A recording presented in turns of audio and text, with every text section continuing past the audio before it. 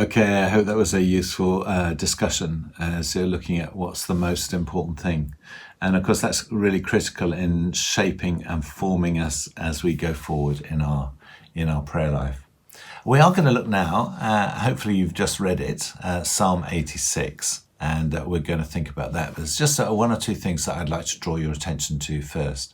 It's good to understand that this is an individual psalm, but it is actually formed by a tradition. That is, that you'll see references like verse 15, you, O Lord, are a God, merciful, gracious, slow to anger and abounding in steadfast love and faithfulness, which is a reminder, and that's often used in other places in the Old Testament, of the people of Israel's tradition and understanding of God that forms going forward. So the psalmist is reminding himself of what God is like. Rather like I was saying in an earlier session when I was saying, remember the I am sayings about Jesus.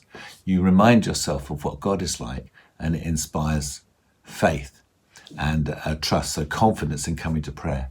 And this psalmist is definitely confident in coming to prayer and definitely knows where to direct his petition and prayer. There's a remarkable use, for example, of the second person pronoun, you or your. If you look at it, you can follow it down. There's so many references. Your ear, your servant, in you, to you, your servant, you, on you, for you, like you, yours, you, your name, for you, you alone, your way, your truth, your name, and go on. You can just follow it down. But that's important. And not only that, there's added emphasis in the Hebrew on 6 particular references that come to mind that are direct address to the Lord. So you get verse 2, you are my God, is a strong pronoun. Verse 5, you, O Lord.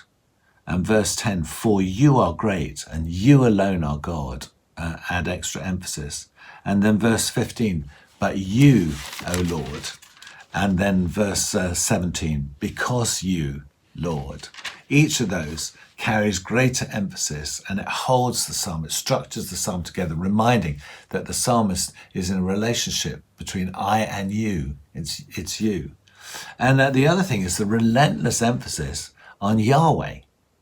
So you know that the word Yahweh is often translated in Bibles or often brought out in Bibles by using capital letters. So, O Lord. So incline your ear, O Lord, in verse 1, you'll see it's in capitals. And that's a reference to Yahweh or Jehovah in Hebrew. And you see it comes out there in verse 1. It also comes out in verse 6, give ear, O Yahweh, to my prayer. And then verse 11, teach me your way, O Yahweh. And then it comes out in verse 17, because you, O Yahweh. And Jesus understood Yahweh as a sacred name, and so didn't want to speak it. And so that's why it's translated in capitals like that. So there you have it. The psalmist knows exactly where the prayer needs to go. To Yahweh, to you, Lord, O Lord, O Lord. The other thing that's really interesting is the psalmist emphasizes the servant-Lord relationship. And in Israel culture, that's really important. There was Ebed, which means servant, and Adon, which is Lord. And in that relationship that flows throughout this psalm, what we get is the servant-Lord relationship. The servant knows that the Lord has a responsibility for both support and protection. So the emphasis you get in verse 2, your servant, or verse 4, glad in the soul of your servant, or verse 16, give your strength to your servant. And then with a double emphasis, save the child of your servant girl. It's like I have been in servanthood with you, Lord, since birth. And therefore you have a responsibility in this, O Lord, to your servant to support and protect. So I'm bringing a prayer to you.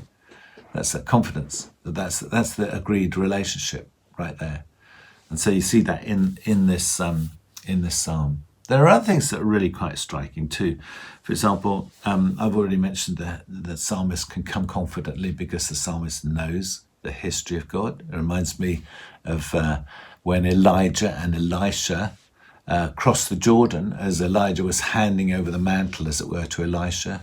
Elijah cast the mantle on the water, and the Jordan water opens, and they walk across, and then Elijah goes, and Elisha picks up the mantle and comes back to the Jordan. Of course, the water's closed up again. So he puts the mantle down, and he says, "Where is the God of Elijah?" And the water passes. And this is Israel's cry, isn't it? Where is the God of Abraham, Isaac, Jacob? You say, where's the God of Jeremiah? Where's the God of Isaiah? Where's the God of Ezekiel? Or we could say in our New Testament history too, where's the God of Peter and Paul and John? Where's the God? In our prayers, we can come and say, where are you? You're the same God.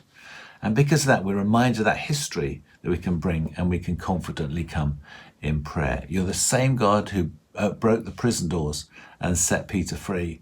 So you're the God that we can come to in prayer and seek your face. That's what the psalmist is saying here. I'm coming in total dependence.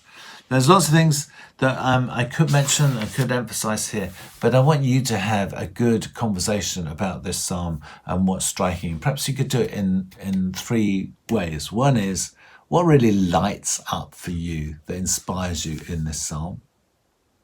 The second thing is, what questions do you bring to this psalm? What would you like to ask the rest of the group that you're talking with, for example? What's that? And then the third question is, what's challenging you in this psalm, in your own behaviour, in your prayer life, and so on? What is there?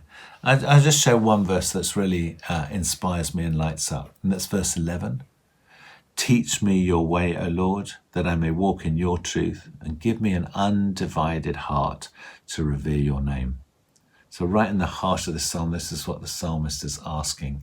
Although the psalmist has got troubles and is wrestling with enemies and all kinds of things, the psalmist has got the focus right. It gets back onto God. And remember, as I've shared, God always wants the best for you, and God wants union with you. So what the psalmist is saying is, I want to be one with you. I want an undivided heart that is one with you. And that, of course, is a real key thing, an inspiration and motivation for prayer. Over to you for your discussion, and then come back to join me for the third piece of this Lent course tonight.